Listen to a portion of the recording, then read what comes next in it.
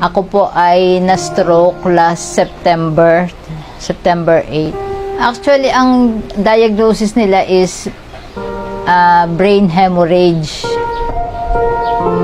Hindi lang nila masyadong na-detect kung alin talagang ugat yung nagkaroon ng depresya.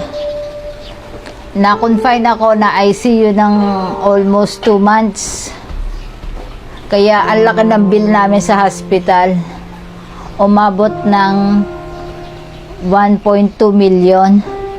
As a mother, mahirap para sa akin na makikita ko na yung family ko nag-i-struggle ng pag-aalaga sa akin. Kasi hindi rin sanay ang katawan ko na wala akong ginagawa.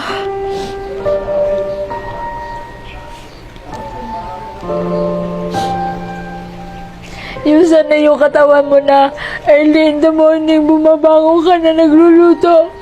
So, without any hesitation, ginrab namin yung inalok sa akin ng kuya ko. Nung unang take ko ng Theobroma, siyempre, yung kumbaga parang sa adobo yan na maraming timpla. Parang hinahanap mo pa yung naturalesa ng katawan ko. Parang ganun ang nararamdaman ko. Tsaka siyempre, ayoko ding pinapressure yung sarili ko na ay, gusto ko agad makatayo ako. Kasi yun ang mga napapanood ko sa mga testimonials ng kung sino-sino na nakakilos agad, nakatayo agad. Although, kumbaga, siyempre, mag-e-expect ka kasi yun ang napapanood mo. Una muna, napansin ko, maganda yung tulog ko. Tapos yung nakakapag-inat-inat na ako sa bed ko, sa hospital bed ko, na malikot na akong matulog, hindi katulad ng mga nagdaan na parang, kumbaga sa Batanggenyo ay balais ang tawag. Pero pagising ko nung umaga, parang ang gaan ng katawan ko, hindi na ako masyadong yung talagang, yung pabigat sa nag-aalaga na kailangang talagang alalayan ako. Magaan ang katawan ko. Kumbaga sabi ko, parang kaya kong dalahin yung katawan ko, parang kaya kong tulungan yung nagbubuhat sa akin. Ayoko naman magbigay ng false hopes na agad na pag intake nyo ng Theobroma agad-agad meron kayong mararamdaman na yung ang i-expect nyo ay magaling na agad ako. Hindi po ganon. Lahat po ay nakukuha sa pagtsatsaga. Kumbaga para sa bagyo, bago pa man dumating ang bagyo na namimili na tayo ng mga pagkain, ng mga kung ano-ano mga dapat i-ready. Ganyan po ang epekto ng Theobroma. Pangmatagalan. Ay, wala po akong regrets talaga sa Theobroma. Kita nyo naman po, napagkamalaan ninyo na 39 years old ako po ay magsi-50 na. Kahit po pag pumupunta dito ang kuya ko, minsan yung pagkakadating, kumbaga sa mauusog na niya ako dahil sabi, ang ganda ng balat mo ngayon, ganyan.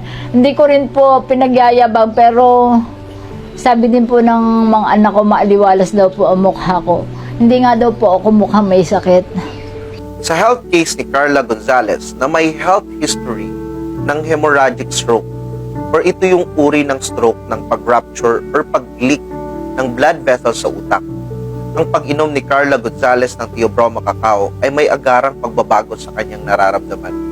Tulad ng magandang tulog, magandang circulation, malakas, magaan ang katawan, at blooming na balat. Ilan lamang ito sa mga beneficial effect ng Theobroma Cacao. Ang pag-inom niya sa araw-araw ay nakakatulong para i-nourish at ibalanse ang mga imbalances sa kanyang katawan. Napaka-importante sa health case ni Carla Gonzalez ang pag-imbak ng bitamina at minerales para maiwasan ang kadahilanan ng pag-atake ng stroke.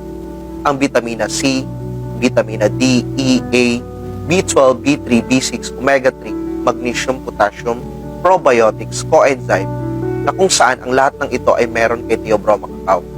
Ang bawat vitamina at minerales ay may kanya-kanyang function from the nervous system down to circulatory system.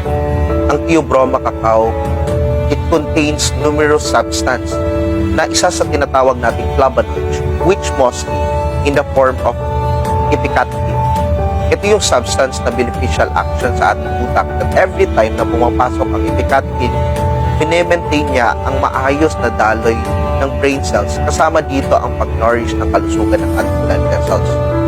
Kaya sa nakita nating agarang epekto kay Carla Gonzalez, not because of coincidence, but because of science of healing by Theobroma Cacao.